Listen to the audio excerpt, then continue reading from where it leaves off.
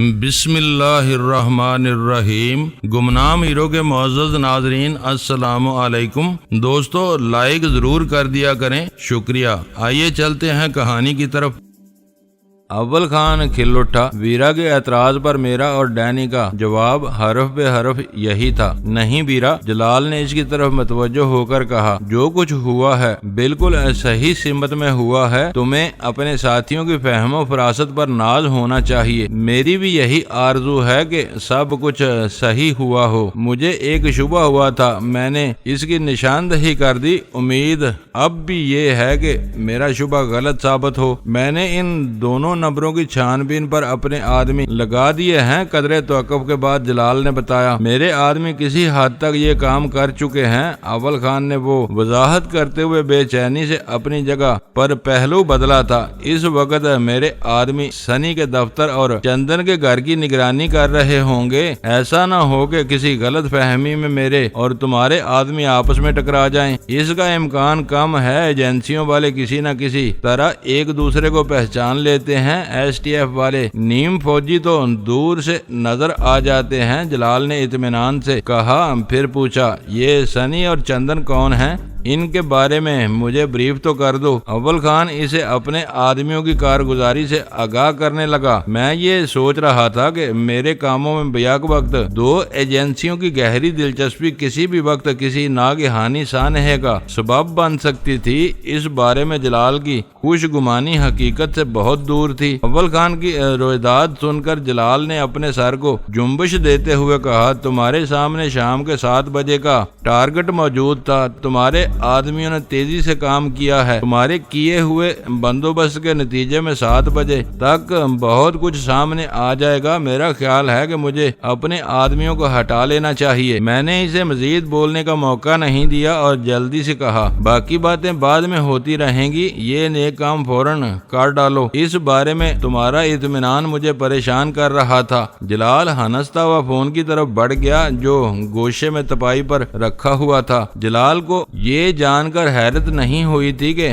وہ دونوں نمبر 2 ہندوؤں کے نام پر تھے اور ان میں سے ایک بھارتی قونصل خانے کا ملازم تھا۔ فون پر اپنے کسی ماتحت سے بات کرنے کے بعد وہ دوبارہ اپنی جگہ پر آیا تو تھکی ہوئی آواز میں بولا، یہ حقیقت بہت المناک ہے کہ بھارتی سفارتکار زیادہ تر پاکستانی ہندوؤں کو اپنا شکار بناتے ہیں۔ وہ خود کو سیکولر کہتے ہیں لیکن اپنے ہم مذہب پاکستانیوں کا استحصال کرتے ہیں۔ سنی شاید بچ جائے لیکن اب چندن کی زندگی تباہ ہو جائے گی۔ اسے بھارتیوں نے زبردستی اپنے جال میں نہیں پھانسا ہوگا۔ ویرا نے سرد مہری سے کہا، آج کل کے نوجوان راتوں رات دولت مند بننے کے چکر میں برے اور بھلے کی تمیز کیے بغیر ہر کام میں ہاتھ ڈال دیتے ہیں۔ انہیں اس لالچ کے منفی پہلوؤں کا بھی علم ہوتا ہے۔ چندن کو اپنے برے انجام کے لیے تیار ہونا چاہیے۔ راہ والے بہت کمینے ہیں، میں نے نفرت سے کہا۔ وہ لوگوں کو پھانسنے کے لیے لالچ کے ساتھ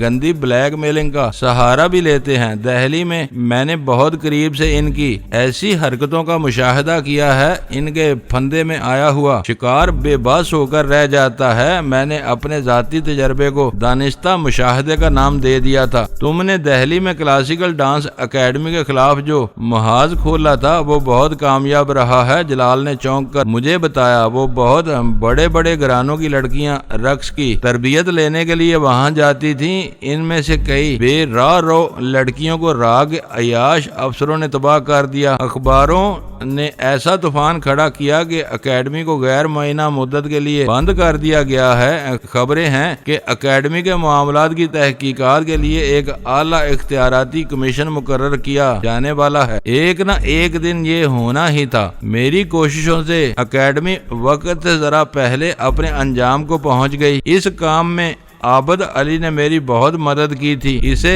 میں نے مواد فراہم کیا تھا۔ اخباری مہم کی ابتدا صرف اور صرف اس کی کوششوں کا نتیجہ تھی۔ ان تینوں کی ٹیم بہت عمدہ تھی۔ وہ پوری رازداری کے ساتھ دہلی میں اپنے کام کیے جا رہے تھے۔ جلال نے افسردگی سے کہا، عبداللہ کی شہادت سے ان کی ٹیم کمزور پڑ چکی ہے۔ اب میں عابد اور پرویز پر کئی ہفتوں تک کسی کام کا بوجھ نہیں ڈال سکوں گا۔ اس وقت ان دونوں کی اولین ضرورت صرف اور صرف بقا ہے۔ موت ہر زیرو کا مقدر ہے اور اس کا ایک وقت بھی مقرر ہے، یہ اپنے وقت سے پہلے آتی ہے، نہ آنے میں دیر کرتی ہے۔ اول خان نے گمبھیر آواز میں کہنا شروع کیا، جب یہ باتیں اس قدر یقینی ہیں تو انسان کو ہمیشہ بہتر سے بہتر انجام کے لیے کوشاں رہنا چاہیے۔ اپنے ملک کے لیے شہادت کے درجے پر فائز ہونے والے خوش نصیب ہوتے ہیں، ورنہ لوگ تو بستر پر لیٹے لیٹے یا حادثے میں کچل کر مر جاتے ہیں۔ میرے سینے پر بھی اپنے بہت سے بے جگر ساتھیوں کی شہادت کے داغ ہیں، مگر یہ سوچ کر تسلی ہوتی ہے کہ وہ مرے نہیں، شہید ہوئے ہیں۔ یہ سوچ کر تم بھی عبداللہ کی شہادت پر صبر کرو، اللہ اس کے درجات بلند کرے اور اس کے پسماندگان کو صبر جمیل عطا فرمائے۔ وہ عبداللہ کے لیے دعاؤں کا اعادہ تھا مگر نامناسب نہیں تھا۔ جلال کو اس دلاسے کی ضرورت تھی۔ زالہ ہم سب کے لیے چائے بنا کر لائی تو جلال خوش ہو گیا، یہ تم نے ثواب کا کام کیا۔ میں 7 بجے ڈینی کی فون پر بات ہونے تک یہیں بیٹھوں گا، اس وقت مجھے چائے کی ضرورت تھی۔ چائے کے بہانے جلال کا پروگرام واضح ہو گیا۔ اس وقت تک میں تذبذب کا شکار تھا، اس سے یہ پوچھنا مناسب نہیں تھا کہ وہ کب تک ہمارے ساتھ بیٹھا رہے گا۔ تم چندن والے معاملے میں کچھ زیادہ دلچسپی لے رہے ہو، میں نے جلال سے پوچھا۔ یہ تم نے کیسے سمجھ لیا؟ اس نے محظوظ ہوتے ہوئے ایک جوابی سوال کر ڈالا۔ تم بہت مصروف آدمی ہو، اسلام آباد میں ہر وقت ہماری ضرورت رہتی ہے۔ اپنے شہر کو چھوڑ کر تم کراچی میں رکے ہو تو یہاں تم کو بہت سے ضروری کام ہوں گے، مگر میرے اور چندن کے درمیان ہونے والی گفتگو سننے کے لیے تم نے ہر کام کو پسے پشت ڈال دیا ہے۔ میں نے کہا، میری ساری بھاگ دوڑ کے صرف 2 ہدف ہیں، CIA اور راہ کی سرگرمیاں، مگر تم نے ہمیں امریکیوں سے چھیڑ چھاڑ نہ کرنے کا مشورہ دیا تھا۔ CIA کے خلاف تم کیا کر رہے ہو؟ شاید میں تمہیں اپنی بات نہیں سمجھا سکا۔ ہم CIA کی سازش کا توڑ کرنے کے لیے ہر ممکن جتن کر رہے ہیں۔ ان سے صرف نظر کرنے کا یہ مطلب نہیں کہ ان کے لیے کھلا میدان چھوڑ دیا گیا ہے کہ وہ یہاں جو چاہیں کرتے پھریں۔ ہمیں اپنی ریاست کے خلاف ہونے والی ریشہ دوانیوں کے تارو پود بکھیرنے کا پورا حق حاصل ہے۔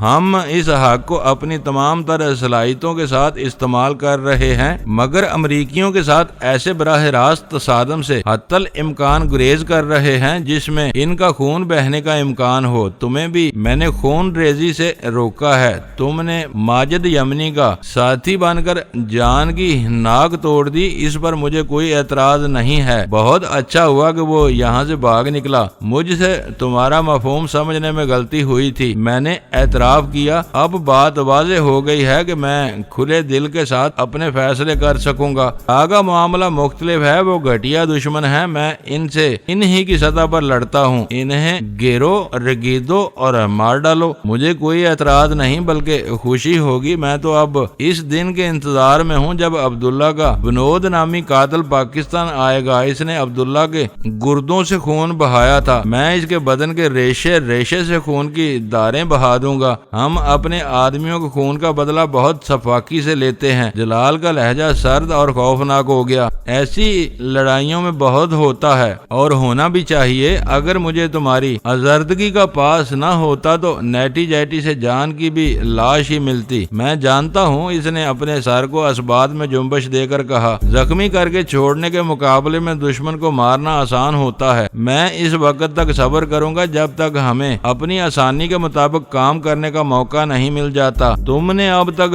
گرین کوبرا اور دوسری فائلوں کے بارے میں کوئی بڑی خبر نہیں سنائی۔ اول خان نے اچانک ایک نیا ذکر نکال لیا۔ میں تمہیں بتا چکا ہوں کہ دہلی سے ڈینی کی نکالی ہوئی ساری فائلیں بہت اہم ہیں۔ اسلام آباد والے آنے والے کئی برسوں میں بھارت کے اس خفیہ ریکارڈ تک رسائی کے بارے میں نہیں سوچ سکتے تھے۔ یہ ڈینی کی اسی خدمت کا صلہ ہے کہ کمشنر ہاؤس میں ہونے والے اجلاس میں جان کو بری طرح ناکامی کا منہ دیکھنا پڑا۔ کسی بھی پاکستانی ایجنسی کے نمائندے نے ڈینی کے خلاف اس کا ساتھ نہیں دیا بلکہ اصولی نکات کی آڑ لے کر ڈینی کا ساتھ دینے کی کوشش کی۔ سرکاری سطح پر یہ انعام بڑا انعام ہے۔ اس انعام کی بات کرو جو تم چیک کی صورت میں دے چکے ہو۔ انعام کے ذکر پر مجھے اس کا دیا ہوا چیک یاد آ گیا۔ اول خان اس میں سے 1 روپیہ بھی لینے کا روادار نہیں ہے، اسے بتاؤ یہ بھی اس انعام میں سے حصہ لینے کا حقدار ہے۔ میں نے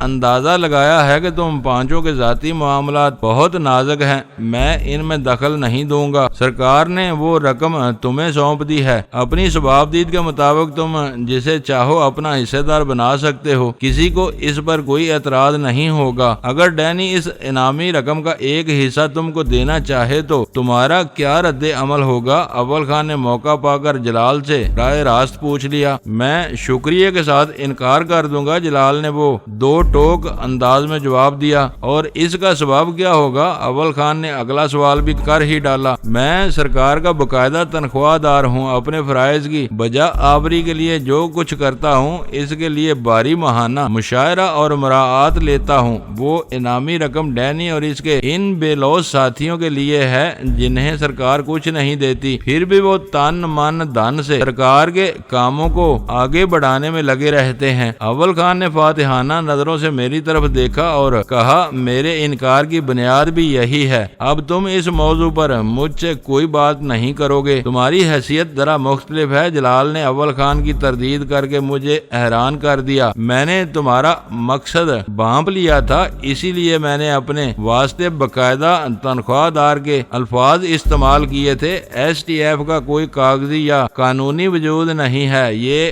آئین سے ماورا ایک فورس ہے جسے ناگزیر ضرورتوں کے تحت کھڑا کیا گیا ہے۔ تم لوگ بے قاعدہ تنخواہ دار ہو، تمہارے کوئی سروس رولز ہیں، نہ تمہاری ملازمتوں کو کوئی تحفظ حاصل ہے۔ کچھ پتہ نہیں کہ کب ایس ٹی ایف توڑ دی جائے۔ تم لوگ کتنا ہی بڑا کارنامہ انجام دے لو، حکومت تمہیں کوئی انعام یا اعزاز نہیں دے سکتی، کیونکہ تمہارے وجود سے آگے تمہاری کوئی شناخت نہیں ہے۔ بولو۔ میں نے اول خان کو گنگ پا کر ٹوکا، اب تم کیا کہتے ہو؟ میں اپنے فرض کی دنیا میں مگن رہنے والا مسلمان ہوں۔ اس نے قدرے توقف کے بعد کہا، مجھے کسی انعام کی فکر ہے نہ اعزاز کی تمنا۔ جب تک ایس ٹی ایف قائم ہے اور مجھے کسی سیکرٹ فنڈ سے تنخواہ مل رہی ہے، میں باہر سے ایک پیسہ بھی قبول نہیں کروں گا۔ یہ ایک مسلمان اور پٹھان کے الفاظ ہیں۔ جلال نے مجھ سے کہا، اب تم باقی کچھ نہ کہنا، اب بولنے کی کوئی گنجائش نہیں رہی۔ میں نے اپنے ہونٹوں پر شہادت کی انگلی رکھ لی۔ جلال کے سامنے اس بارے میں کھلی بات کر کے میرے ذہن سے بوجھ اتر گیا تھا۔ فائلوں کا ذکر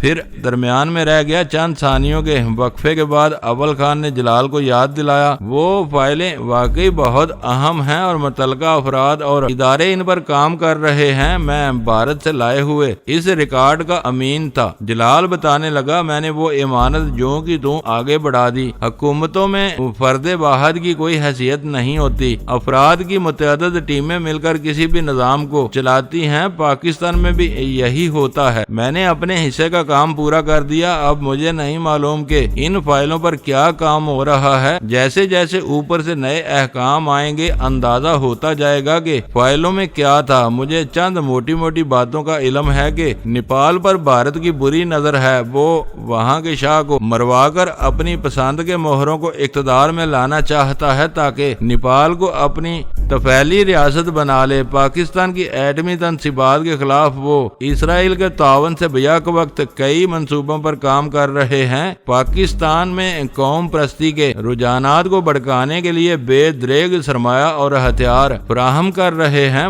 گرین کوبرا فائل میں بھارت کے ان تمام گنونے منصوبوں کے بلیو پرنٹ موجود ہیں۔ جلد ہی ہمیں معلوم ہو جائے گا کہ ہمیں کہاں کیا کرنا ہے۔ یہ سب مستقبل کی باتیں ہیں، میں نے مزاحیہ انداز میں کہا۔ آج کی حقیقت یہ ہے کہ ہم چندن مہاراج کے فراق میں بیٹھے ہیں۔ اس سے تم کن خطوط پر بات کرو گے؟ جلال نے بے تکلفی سے پوچھا۔ شروع سے آخر تک مظلوم مظہر بنا رہوں گا، اسے یقین دلانا چاہوں گا کہ میں پورے خلوص کے ساتھ اس کے لیے کام کرنے پر آمادہ ہوں، مگر شرط یہ ہے کہ میرے خلاف بنی ہوئی معاندانہ فضا کو صاف کیا جائے۔ یہ کام دہلی والے کر سکتے ہیں۔ میں نے اپنے منصوبے کا خلاصہ پیش کر دیا۔ کاش میں تمہارے ساتھ اس کی گفتگو بھی سن سکتا، جلال نے حسرت سے کہا۔ بلکہ ہم سب سن سکتے ہیں، اول خان نے خوش ہو کر کہا۔ ایسے مواقع کے لیے یہاں اسپیکر فون بھی موجود ہے۔ ویری گڈ، اس کی باتیں اسی کی زبان سے سننے میں مزہ آئے گا، اور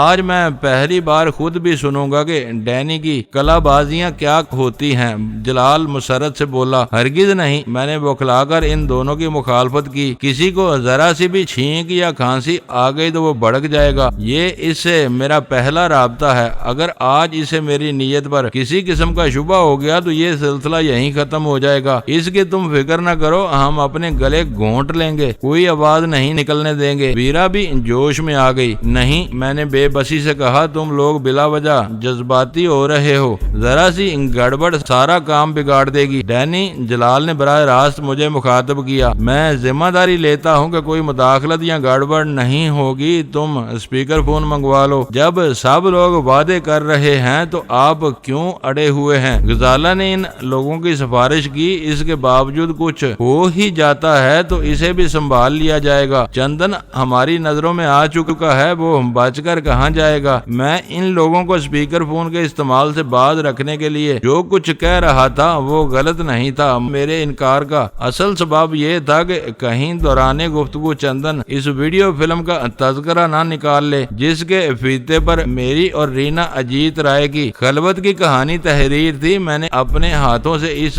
فلم کو نریش کے دفتر میں نظر آتش کر دیا تھا، مگر راہ والے مسلسل اس فلم کی موجودگی پر مصر تھے اور مجھ پر دباؤ ڈالنے کے لیے گاہے گاہے اس کے حوالے دیتے رہے تھے۔ چندن اس بڑی محفل میں وہ ذکر چھیڑ دیتا تو بعد میں میرے لیے وضاحتیں کرنا دشوار ہو جاتا۔ میرے خلاف وہ سب یک زبان ہو چکے تھے۔ ایک سلطان شاہ خاموش تھا، لیکن اس بشرے پر پھیلے ہوئے تاثرات سے ظاہر ہو رہا تھا کہ وہ بھی انہی کے ساتھ تھا۔ میں نے مجبور ہو کر ہتھیار ڈال دیے اور سلطان شاہ نے لمبے تار سے جڑا ہوا اسپیکر فون کونے سے اٹھا کر میرے قریب والی چھوٹی میز پر رکھ دیا۔ تم لوگوں کے پاس ضرورت کی ہر چھوٹی بڑی چیز موجود رہتی ہے۔ تمہارے کام کرنے کے سمٹے سمٹائے طریقوں سے میرا دل بہت خوش ہوتا ہے۔ جلال نے جاپانی اسپیکر فون سیٹ اٹھا کر اس کا جائزہ لیتے ہوئے کہا، میرا خیال ہے کہ بات اسپیکر فون تک آ گئی ہے تو ہمیں ڈینی اور چندن کی باتیں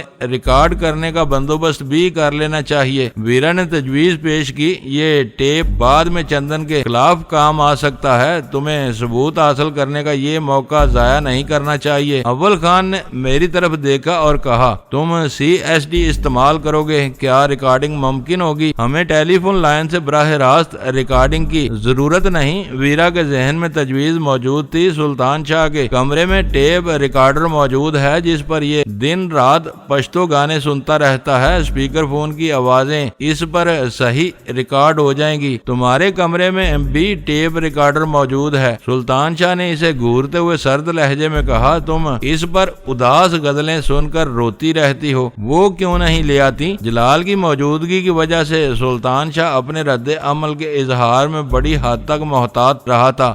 دونوں میں سے کوئی بھی ٹیپ ریکارڈر آ جائے گا۔ بات بڑھتی ہوئی محسوس کر کے غزالہ نے مداخلت کی، اس نقطے پر بحث غیر ضروری ہے۔ بھارتی سرزمین پر اپنے خون کے پیاسوں کی بھیڑ میں رہ کر راہ کے خلاف کام کرنے کے تجربات بہت سنسنی خیز اور روح پرسا تھے۔ وہاں صحیح کام کرتے ہوئے بھی مجھے نتائج کا یقین نہیں ہوتا تھا۔ ہر آن دڑکا لگا رہتا تھا کہ کسی بھی لمحے کوئی گڑبڑ ہوگی اور ساری بساط سمٹ جائے گی۔ میں دہلی میں ہر قدم اپنی آخری بازی سمجھ کر اٹھاتا تھا اور مثبت نتائج کسی اگلے کام کے لیے حوصلہ بڑھا دیتے تھے، لیکن اپنے شہر اور اپنے گھر میں بیٹھ کر راہ کے کارندوں کے خلاف سوچنے اور کام کرنے کی بات ہی مختلف تھی۔ میرے ذہن میں چندن سے گفتگو کا ایک مبہم سا خاکہ موجود تھا، مگر یہ ضروری نہیں تھا کہ میری اور اس کی گفتگو انہی خطوط پر جاری رہتی۔ سارا انحصار اس کے رویے پر تھا۔ وہ اپنے مقاصد کے پیش نظر کسی بھی رخ پر بات چیت کر سکتا تھا۔ میرے اور اس کے مفادات متصادم تھے۔ اس بات کا کوئی امکان تھا کہ وہ مجھے شدید دباؤ کا احساس دلانے کے لیے ہر اس منفی بات کا ذکر کرتا جو میرے خلاف جا سکتی تھی۔ اس میں میری اور رینا کی آتش زدہ ویڈیو فلم سر فہرست تھی۔ وہ فلم نریش کے شیطانی منصوبے کے نتیجے میں وجود میں آئی تھی اور بلا شبہ نہایت شرمناک رہی ہوگی۔ یہ میرے مقدر کی یاوری تھی کہ میں عابد علی کے ساتھ اس فلم تک پہنچنے میں کامیاب ہو گیا تھا اور پھر اسے نریش کے دفتر کی آگ میں جلا دیا تھا۔ دہلی میں میرے قیام کے آخری لمحات تک راہ والوں نے اس فلم کی تباہی کو مجھ سے چھپایا اور مجھے اس کی تشہیر کی دھمکیاں دیتے رہے۔ میں ان کی وہ گیدڑ ببکیاں سن کر سہمنے کی اداکاری کرتا رہا۔ میں ان مردودوں کو یہ نہیں بتا سکتا تھا کہ میں نے ان کے دفتر میں نقب لگا کر اپنے ہاتھوں سے وہ فلم تباہ کر دی تھی۔ انہوں نے اپنا برہم برقرار رکھنے کی ناکام کوشش کی اور میں دانستہ خاموش رہا۔ وہ دہلی کی گاتیں اور باتیں تھیں۔ نریش جہنم واصل ہو چکا تھا اور کراچی میں میرا واسطہ چندن سے پڑنے والا تھا۔ یہ ضروری نہیں تھا کہ نریش نے اسے میرے بارے میں ہر بات بتا دی ہو، مگر ویڈیو فلم والا معاملہ بہت اہم اور کلیدی نوعیت کا تھا۔ میں اس خوش فہمی کا شکار نہیں ہو سکتا تھا کہ چندن اس معاملے سے بے خبر ہوگا اور دوران گفتگو سرے سے اس کا ذکر نہیں آئے گا۔ راہ والوں کی دانست میں وہ ان کا ٹرمپ کارڈ تھا جس کے ذریعے وہ مجھے ہر لمحے زیر کر سکتے تھے۔ ان سب نے یک زبان ہو کر مجھے اسپیکر فون استعمال کرنے پر مجبور کر دیا تھا اور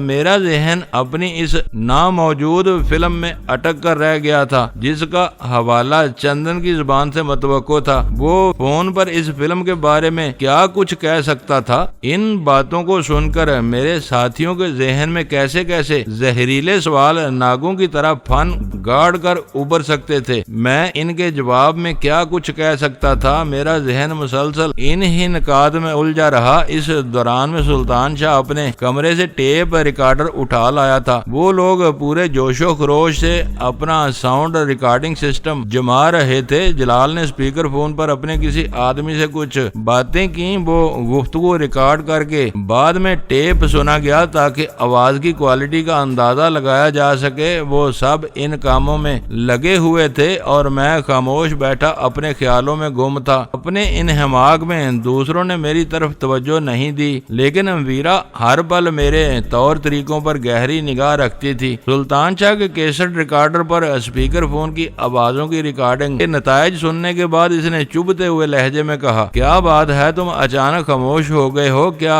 ہماری کسی بات سے تمہیں صدمہ پہنچا ہے؟ ایک چھوٹے سے کام میں اتنے اہم افراد لگے ہوئے ہیں، میری کوئی گنجائش نہیں ہے، اس لیے خاموشی سے الگ تھلگ بیٹھا ہوا ہوں۔ میں نے اسے گھورتے ہوئے جواب دیا، یہ صرف خاموشی نہیں، کوئی اور بات ہے۔ اول خان نے گفتگو میں حصہ لیتے ہوئے کہا، جب سے اسپیکر فون کی بات ہوئی ہے تم کو چپ لگ گئی ہے، مجھے اندازہ ہے۔ جلال نے صوفے پر نیم دراز ہو کر سگریٹ کا کش لیتے ہوئے تبصرہ کیا۔ وہ آگ اور خون کی ہولی تھی۔ دہلی میں ڈینی کا ایک ایک لمحہ تلوار کی تیز دھار پر گزرا تھا۔ کئی مواقع پر میرے آدمی اس کی زندگی سے مایوس ہو گئے تھے۔ ایسے روح فرسا حالات میں انسان اپنی بقا کے لیے جھوٹ اور سچ کے نہ جانے کیسے کیسے پاپڑ بیلتا ہے۔ اپنے دشمنوں کا اعتماد جیتنے کے لیے ڈینی کو ہم سب کے خلاف نہ جانے کیا کیا زہر اگلنا پڑا ہوگا۔ اس کی خلوتوں میں راہ کی بیجی ہوئی حسین اور بے باک لڑکیاں آئی ہوں گی اور اسے ان کو یقین دلانا پڑا ہوگا کہ یہ ان کے جانسے میں آ گیا ہے۔ حسن جب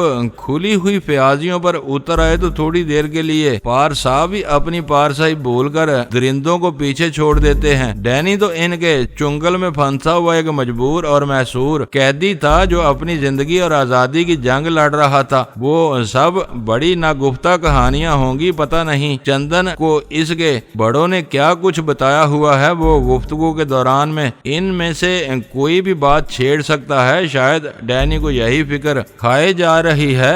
جلال کی باتیں میرے لیے بہت حوصلہ افزا تھی۔ وہ آئی بی کا ایک بارائیں دیدہ اور سمجھدار افسر تھا، حالات اور ان کی پیدا کی ہوئی مجبوری کا صحیح ترین ادراک رکھتا تھا۔ اس نے میرے دل میں پلنے والے اندیشوں کو اپنی زبان پر لا کر میری تشویش میں بڑی حد تک کمی کر دی تھی، مگر میں ویرا اور غزالہ کی موجودگی میں کھل کر یہ اعتراف نہیں کر سکتا تھا کہ جلال نے میری ان دکھتی ہوئی رگوں کی صحیح نشاندہی کی ہے۔ میں نے پھیکی سی مسکراہٹ کے ساتھ کہا، یہ چھوٹی موٹی باتیں بھی میرے لیے پریشان کن ہیں، لیکن میری خاموشی کا سبب عبداللہ کی موت ہے۔ مجھے اچانک اس کا خیال آ گیا تھا، یہ ہم سب کے لیے مشکل اور اہم وقت ہے، اس کی باغیں تمہارے ہاتھ میں ہیں۔ جلال نے سیدھا ہو کر کہا، اس وقت اپنے ذہن سے ہر بات جھٹک دو اور اپنی پوری توجہ چندن پر مرکوز رکھو۔ میری خواہش ہے کہ تم اس سے شیر ہو کر بات کرو۔ یہ میرا وعدہ ہے کہ اس کی کہی ہوئی چھوٹی موٹی باتوں پر ہم میں سے کوئی تم سے ذاتی نوعیت کے سوال نہیں کرے گا۔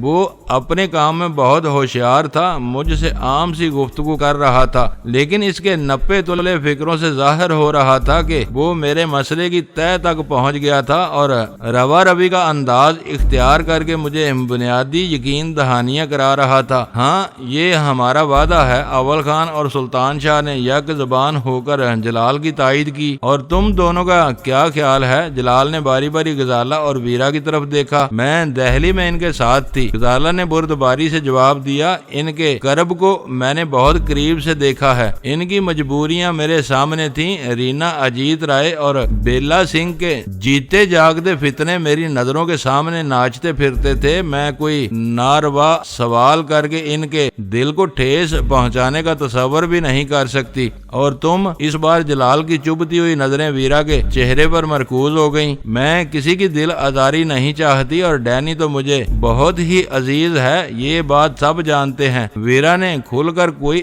وعدہ کرنے کے بجائے گول مول سا جواب دیا۔ اس گفتگو اور وعدے وعید کی کوئی عملی اہمیت رہی ہو یا نہ رہی ہو، اتنا ضرور ہوا کہ میرے سر پر سوار بوجھ ہلکا ہو گیا۔ وقت دھیرے دھیرے گزرتا چلا جا رہا تھا، تیاریاں مکمل تھیں، چائے کا دوسرا دور چلا اور پھر فیصلہ کن گھڑی سر پر آ گئی۔ جلال اضطراب کی سی کیفیت میں تھا۔ 7 بجتے ہی اس نے اپنی آدھ جلی سگریٹ ایش ٹرے میں مسل کر نئی سگریٹ سلگا لی تاکہ میری اور اس کی گفتگو کے دوران جلال کو ماچس پر دیا سلائی رگڑنے کی ضرورت پیش نہ آئے۔ میں نے اسپیکر فون کا بٹن آن کر کے نریش کا دیا ہوا فون نمبر ملانا شروع کر دیا۔ پہلی گھنٹی بجتے ہی دوسری طرف سے ریسیور اٹھا لیا گیا اور ڈرائنگ روم کی فضا میں باری اور گمبھیر ہیلو گونج اٹھی۔ سنی کے مکفل دفتر سے آنے والی وہ اجنبی آواز سن کر سب پرجوش نظر آنے لگے۔ میں مظہر بول رہا ہوں۔ مظہر خان، تم کون ہو؟ میں نے اضطراری لہجے میں کہا۔ میں وہی ہوں جس سے تم بات کرنا چاہ رہے ہو۔ تم کہاں چھپے ہوئے ہو؟ تمہارا کہیں پتہ نہیں ہے۔ دوسری طرف سے بولنے والے کا لہجہ سخت ہو گیا۔ دوستو، ویڈیو کو لائک ضرور کر دیا کریں۔ ISI پاک آرمی زندہ باد، پاکستان پائندہ باد۔ معزز ناظرین، اپنا خیال رکھیے گا اور اپنے اس چینل کا بھی شکریہ۔